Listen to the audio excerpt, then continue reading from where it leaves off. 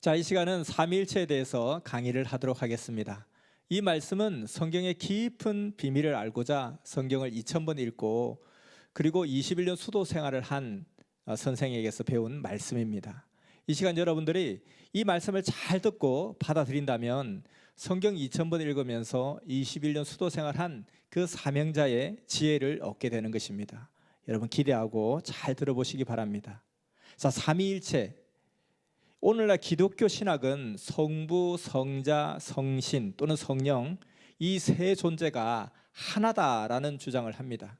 삼위가 일체다 그 뜻이죠. 이 삼위일체의 그 어떤 의미는 이 삼위의 존재가 본체는 하나님이라는 것이죠. 그리고 삼위의 권능과 영광이 동등하다. 결국은 한 존재다. 함께 역사하셨다. 그러다 보니까 예수님의 존재에 대해서도 어떻게 이야기하냐면 예수님은 성자, 성자는 곧 하나님, 그러므로 예수님은 곧 하나님, 이렇게 이제 논리가 비약이 되는 것입니다. 마치 뭐와 같냐면은 한 왕이 왕궁에 있다가 백성들의 상황을 알고 싶어서 민정 시찰을 나가잖아요. 그렇게 나가면 왕의 옷을 입고 나갈 수 없으니까 백성들의 옷을 입고 왕궁을 벗어나서 그들에게 가는 거죠. 그와 같이 하나님께서 이 땅에 오실 때는 하나님의 모습으로 나타날 수 없었기 때문에 사람들 속에 나타나기 위해서 사람의 옷을 입고 나타난 존재가 바로 예수님이다. 그래서 예수님은 곧 하나님인데 예수님은 하나님이 이 땅에 오신 하나의 형상이다, 이렇게 보는 거죠. 그래서 뭐와 같냐면은 마치 이제 물이 있는데 이것이 얼면 얼음이 되는 거죠. 근데 이것이 또 녹으면 물이 됩니다. 이것이 다시 또 증발하게 되면 기체가 되고 수증기가 되는 거죠. 그러니까 한 존재잖아요. 한 물인데 고체가 되었다가 얼음이 되었다가 물이 되었다가 수증기가 되었다가 고체, 액체, 기체 이렇게 다른 모양, 세 가지 모양으로 형성되어 있지만 사실은 하나라는 거죠. 이걸 삼위일체 개념으로 이야기를 하고 있습니다. 그래서 성부, 성자, 성신은 한 몸이다, 하나다, 삼위가 일체다 하는 것이 이제 삼위일체 교리예요. 이 삼위일체 교리가 어디서부터 기원됐냐면은 초기 예수님의 제자들, 초기 기독교인들은 대부분 유대인들이었습니다. 그러다가 이제 점차 이방으로 이제 복음이 확대되기 시작하죠. 그러면서 점차 이제 예수님의 제자들, 예수님을 믿는 기독교인들 중에는 유대인들 그리고 이방인들이 형성되게 됩니다. 그런데 이들 두 파가 예수님의 그 정체성에 대해서 다른 의견을 가지게 돼요. 또 이후로는 유대교가 또 계속해서 이 기독교를 공격하게 됩니다. 그 공격하는 데 있어서 어떤 것을 포인트를 잡냐면 우리 유대교는 유일신교다. 다른 이방 잡종교들을 보면 다 다신교인데 우리만이 유일한 유일신교다. 근데 너희는 다신교 아니냐? 왜 다신교냐? 그럼 예수는 뭐냐? 예수를 믿지 않냐? 예수 믿지. 하나님도 믿지 않냐? 믿지. 그 다신교지. 아니야, 우리 유일신이야. 유일신교야. 왜? 예수님이 곧 하나님이거든. 하나님 곧 예수님이거든. 이런 논리가 생겨나게 된 기원이 되었던 것입니다. 그리고 나서 또 하나는 또 성령의 존재도 문제가 되는 거예요. 예수님이 승천하시고 나서 성령이 너희에게 임하여 땅끝까지 이르러 복음의 증이 되라. 성령의 역사 일어나잖아요. 또 도대체 성령은 뭐냐? 또 이렇게 예수님의 정체성과 성령의 존재에 대해서 많은 의견의 대립이 생기게 되면서 발생하게 된 것이 삼위일체 교리로 정립되어가는 과정이 되는 것입니다. 자, 로마의 대대적인 핍박을 받다가 313년도에 콘스탄티누스 황제 때 기독교 공인을 받잖아요. 그리고 392년도 테오도시우스 황제 때 기독교 국교화된단 말이죠. 그렇게 핍박하고 못 믿게 하더니만 이제는 기독교를 안 믿는 게 이제 불법이 되는 거예요. 근데 이제 막상 믿어야 되는데, 무조건 믿어야 되는데 믿으려고 하다 보니까 교리가 하나도 없는 거예요. 그냥 하도 핍박을 받다 보니까 다 사라져 버린 거예요. 그러다 보니까 이제 예수님은 메시아다, 이것만 이제 남아 있는 거예요. 그래서 계속해서 이제 종교 회의를 하면서 교리를 정립해 나갑니다. 그러다가 325년도 니케아 공의회에서 여러 가지 문제를 의논하는데 그 중에 핵심적인 가장 큰 문제가 예수는 과연 신인가 인간인가, 이 문제. 두 번째는 뭐냐면 성령의 존재는 무엇인가, 성령은 도대체 뭔가, 여기에 대해서 계속해서 이제 회의를 하면서 이견을 좁혀가는 그런 회의를 하게 됩니다. 그때 당시에 이제 예수님의 정체성에 대해서 예수님은 인간이다, 우리와 같은 성전을 가진 인간이다 하는 그런 주장을 하는 파가 있었고, 아니야, 예수님은 전능하신 하나님, 곧 하나님이신 신이야 라는 주장하는 파가 있었습니다. 그리고 중도파가 있었고요. 결국에는 예수님은 곧 신이다 라는 아타나시오스파가 승리를 하게 돼요. 예수님도 인간이다 했던 아리우스파는 이제 굉장히 핍박을 받게 되면서 존재가 소멸되게 됩니다. 그러면서 삼위는 하나다, 예수님은 곧 하나님이다, 이런 이제 교리를 선포하게 되고, 성령도 역시 하나님의 신이다, 하나님의 영이다, 곧 다 하나님이다, 이렇게 선포를 하게 되는 것입니다. 근데 그 이후로 이제 사람들은 이 기본적인 인간적인 이성적인 생각으로 생각할 때는 이게 잘 이해가 안 되는 거예요. 그래서 자꾸 이제 금지했음에도 불구하고 자꾸 이런저런 이견이 생겨나게 된 거예요. 그래서 그것이 완전하게 소멸되지 않습니다. 그러다 보니까 이제 결국은 한참 325년도에서 약 120년이 지난 451년도 칼케돈 공의에서 다시 이 문제를 완벽하게 이제 못을 박아야 되겠다는 의논을 하게 됩니다. 그래서 그때 삼위일체의 이 개념은 타락된 인간의 그 이성으로서는 도저히 이해할 수 없기 때문에, 이해할 수 있는 자격도 수준도 안 되기 때문에 무조건 믿어야 된다, 여기에 대해서 이의를 달고 토를 달고 의논하고 이런 것 자체가 이 사탄이 임한 것이다, 이렇게 하면서 강력하게 불법으로 규정을 하게 되었습니다. 그래서 그때 이후로는 더 강력하게 여기에 대한 이 다른 이론에 대해서 제재를 하다 보니까, 그러고 나서 지금 이제 1600년이 흘렀잖아요. 이제는 완전히 삼위일체에 대해서는 말도 못 꺼내는 그런 절대 불문율이 되어 버렸던 것입니다. 그리고 이제 그 근거 구절도 있겠죠. 요한복음 14장 9절에 보면 나를 본 자는 아버지를 보았거늘 어찌하여 아버지를 보이라 하느냐. 예수님께서 나 봤으면 아버지 본 거야, 근데 왜 아버지 보여달라 그래, 이런 말씀도 있고, 요한복음 10장 30절에 보면 나와 아버지는 하나이니라, 이런 이야기도 있습니다.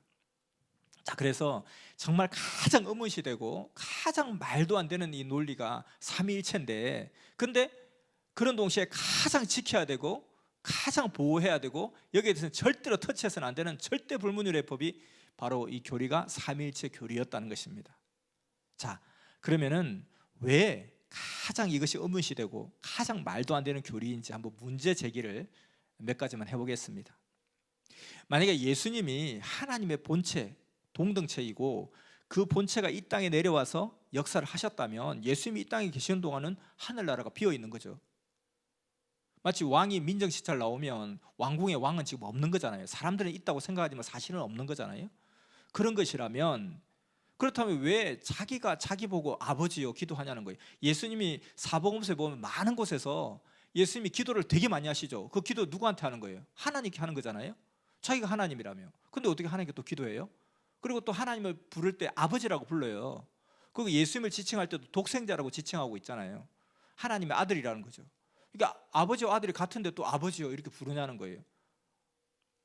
그래서 마태복음 26장 39절에도 보면 나의 원대로 마옵시고 아버지의 원대로 하옵소서, 많은 곳에서 그런 기도를 합니다. 그리고 또 하나는 뭐냐면 우리가 잘 아는 사도신경 그 고백, 그 내용, 베드로전서 3장 22절에 그 내용이 나옵니다. 하늘에 오르사 전능하신 하나님의 우편에 앉아 계시니라. 예수님께서 이제 돌아가시고 부활 승천하셔서 하늘로 오르셔서 하나님 우편에 앉아 계신다는 거예요. 베드로전서 3장 22절에 나오죠. 그러면 예수님이 하나님이라면, 그래서 하늘나라에 계시다가 이 땅에 인간의 몸을 쓰고 이 땅에 오셨다가 돌아가셔서 다시 하늘나라로 올라가시면 자기 자리로 가야죠. 하나님 자리로 가야죠. 왜 하나님 우편에 앉아 계시냐는 거예요. 하나님과 다른 존재라는 뜻이잖아요. 하나님 우편에, 왕이 민정시찰 나왔다가 들어갔어요. 다시 들어가서 그러면 자기 왕의 자리 가지 왕의 옆자리에 가는 건 아니잖아요. 이렇게 볼 때 또, 그리고 마태복음 24장 36절에 보면 그날과 그때는 아무도 모르나니 아들도 모르고 오직 아버지만 아시느니라. 그러니까 아들은 모르고 아버지는 안다는 거예요. 아들과 아버지가 다른 존재라는 거죠. 이와 같이 이런 문제 제기를 할 수 있고요. 또 하나는 성령의 존재는 더 헷갈립니다. 도대체 성령은 또 뭐냐? 그러면 성령은 하나님의 영이다. 그래서 성신 이렇게 표현도 하죠. 성령 또는 성신 같은 말로 우리가 다 이야기하죠. 하나님의 영이다. 또 하나님의 신이다. 아니, 하나님 자체가 영인데 또 무슨 영이 있냐는 거예요. 하나님 자체가 영인데 또 영이 있냐는 거예요. 이 말이 안 되죠. 그래서 로마서 8장 26절에 보면 오직 성령이 말할 수 없는 탄식으로 우리를 위하여 친히 간구하시느니라, 이렇게 이야기했거든요. 누구에게 간구하는 거예요? 하나님께 간구하는 거잖아요. 근데 성령이 곧 하나님이라면 어떻게 자기가 자신에게 강구한다, 이게 말이 성립이 안 되는 거잖아요. 자, 그래서 이 문제의 답을 어떻게 찾을 것이냐. 성경의 문제는 성경의 답이 다 있습니다. 이사야서 34장 16절 말씀처럼 모든 것은 짝으로 되어 있다. 문제가 있으면 답이 있다고 했습니다. 자, 우리는 하나님을 아버지라 불러요. 하나님 왜 아버지입니까? 하나님 왜 아버지지? 아버지니까 아버지죠. 그럼 아버지는 어떤 존재예요? 뭐 아무나 아버지입니까? 그냥 어떤 꼬마가 그냥 아무나 지나가는 아저씨 보고 아버지 아버지 이렇게 했다가는 큰일 나겠죠. 옆집 아저씨 보고 자꾸 아버지라 하면 심각한 문제 생기는 거 아닙니까? 아버지는 뭐냐면 나를 낳아줬기 때문에 아버지인 거예요. 근데 하나님 우리를 낳아줬나? 우리 아버지 집에 있는데. 근데 우리 아버지 집에 있는 아버지는 나의 뭘 낳아줬어요? 내 육신을 낳아줬죠. 육신의 아버지. 그럼 하나님은 뭐죠? 하나님은 육입니까? 영입니까? 영이잖아요. 그러니까 하나님이 영이시니까 내 영을 낳았겠죠. 내 영의 아버지. 그러니까 하나님 아버지 맞는 거예요. 자, 그러면은 이게 보면 아버지가 있는데 엄마는 어때요? 어떤 사람이 야, 너 엄마는 잘 계시냐? 저 엄마 없는데요. 엄마 없어? 어떻게 하냐? 아이고, 내가 좀 잘못 물었구나. 미안하다. 야, 엄마 언제 돌아가셨니? 돌아가신 것도 아닌데요. 그래? 엄마 그럼 언제 도망가셨니? 도망가는 것도 아닌데요. 그럼 뭐야? 저 엄마 없어요 원래. 그렇게 하면 뭐 이런 놈이 다 있냐, 나를 놀리냐, 그렇게 할 거 아닙니까? 엄마 없는 사람의 존재가 어디 있어요? 아무도 없다는 거예요. 엄마가 반드시 있다는 겁니다. 아버지가 있듯이 엄마가 있다는 거예요. 아버지만 있는 존재가 어디 있어요? 반드시 엄마가 있다는 것입니다. 그래서 우리가 어떤 이 하늘의 세계를 이해를 잘 못하면 어떻게 이해하면 되냐면 이 땅의 세계를 보고 이해를 하면 돼요. 무슨 말인가 하니까 이게 하늘 천사는 어떤 사람들일까? 우리 세상 보면 천사 같은 사람 있잖아요. 와, 천사 같은 사람 곱하기 100 하면 천사예요. 사탄이 어떤 존재일까? 이 사탄 같은 놈만 하는 사람이 있으면 곱하기 1000 하면 그 사탄이에요. 왜 그러냐 하니까 히브리서 8장 5절에 그 내용이 나오고 있습니다. 저희가 섬기는 것은 하늘에 있는 것의 모형과 그림자라 이렇게 이야기하고 있거든요. 우리가 보이는 모든 세계의 것은 다 하늘나라의 것을 보고 만들었다는 것입니다. 하늘나라의 원 존재가 먼저 있었고 그것을 보고 이 땅을 만들었다는 것이죠. 그래서 이 땅의 가정 구조를 보면 아버지와 아들만 있는 경우는 없죠. 엄마가 돌아가셨으면 몰라도 원래 없는 것은 아니라는 거예요. 아버지 혼자 나를 낳지는 않았다는 거예요. 아버지, 엄마, 아들 이렇게 존재하고 있다는 거예요. 이 땅이 왜 그렇게 존재하느냐? 먼저는 그 나라, 보이지 않는 그 세계, 영의 나라가 먼저 그렇게 존재하고 있기 때문에 이 세상이 그렇게 존재하고 있는 거예요. 그래서 어머니가 없는 자녀는 없다 하는 것처럼 역시 우리의 영의 어머니도 반드시 존재하고 있다는 것입니다. 그런데 우리가 그걸 잘 몰랐다는 거예요. 이건 굉장히 중요한 사실입니다. 우리의 영의 어머니가 있다 하는 거, 우리의 영의 아버지가 있다, 우리 그와 같이 영의 어머니가 있다, 이건 너무너무 중요한 사실인데 이것을 우리가 모르고 살았다는 것입니다. 창세기 1장 26절에 보면 하나님이 가라사대 우리 인간을 창조하실 때 우리의 형상을 따라 우리의 모양대로 우리가 사람을 만들고 하나님의 자녀를 창조하는데 자꾸 우리 언어한 자가 있어요. 누구겠어요? 그 대상이 뭐 모르는 아줌마겠어요? 모르는 누구겠어요? 부인이라는 거죠. 그러니까 하나님의 파트너, 하나님의 어떤 그 부인된 격의 존재자가 있다는 거예요. 그래서 우리 이야기하는 거죠. 자, 그래서 이 삼위의 존재는 각 위로 존재하는 것이 맞습니다. 그렇지만 각 위지만 엄연히 다른 존재지만 아빠, 엄마, 아들 다른 존재지만 근데 일체라고 하는 이유는 뭐냐면 진리가 일체, 사랑이 일체, 심정이 일체, 한마음 한뜻이라는 것입니다. 부부 일심동체는 어떻게 부부가 한 몸입니까? 아니죠. 두 사람 엄연히 다른 존재가 있잖아요. 그런데도 한 몸이라 하는 것은 마음과 심정과 뜻이 그리고 운명이 같다는 거죠. 그래서 결국은 이 성부, 성자, 성령은 각각의 존재다. 이것이 한 존재는 아니라는 겁니다. 각각의 존재라는 거예요. 그러나 각각의 존재이지만 한 마음, 한 뜻, 한 심정이다. 그래서 한 몸과 같다. 그렇지만 한 몸은 아니다. 이렇게 됩니다. 성경에도 보면 삼위는 각이라고 설명하고 있습니다. 에베소서 4장 4절에서 6절 보면 성령이 하나이니 주도 하나이요 하나님도 하나이니 이렇게 설명하고 있습니다.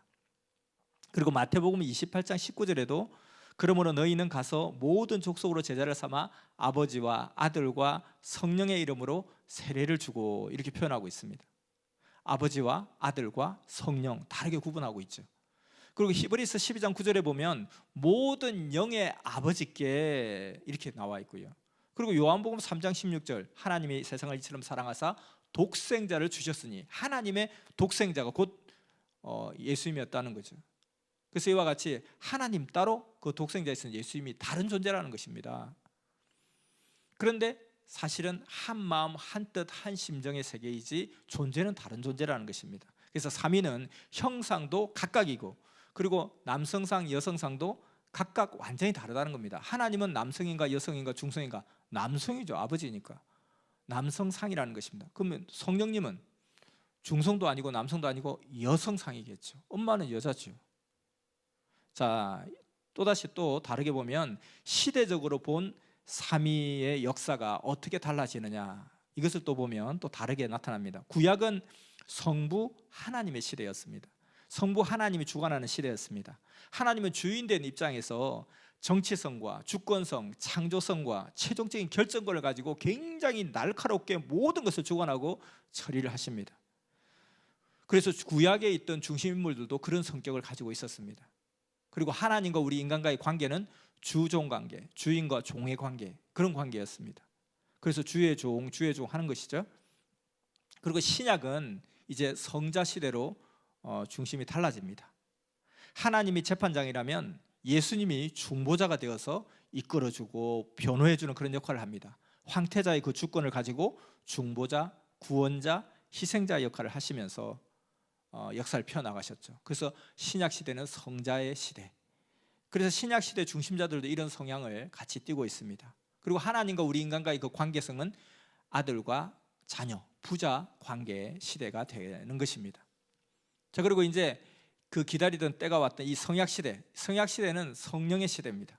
성령은 이 어머니의 입장에서 사랑의 이상세계, 삶의 이상세계를 누리게 되는 그런 역사를 말하는 것입니다. 하나님과 인간과의 관계성은 신랑과 신부의 관계가 되는 것입니다.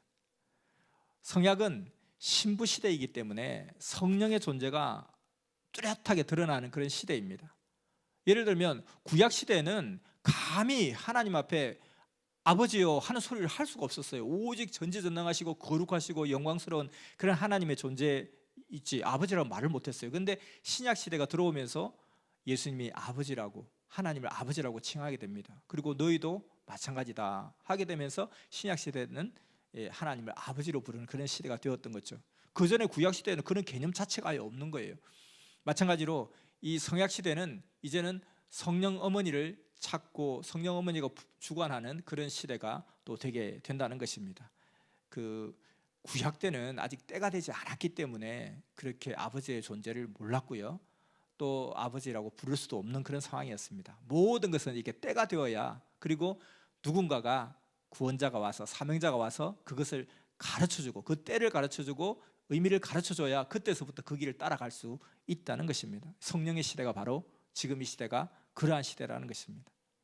자, 삼위의 역할에 대해서는 앞서 잠시 이야기했지만 또다시 한번 정리하자면 성부 하나님은 창조, 말씀, 심판, 정치 이런 느낌의 역사를 하십니다.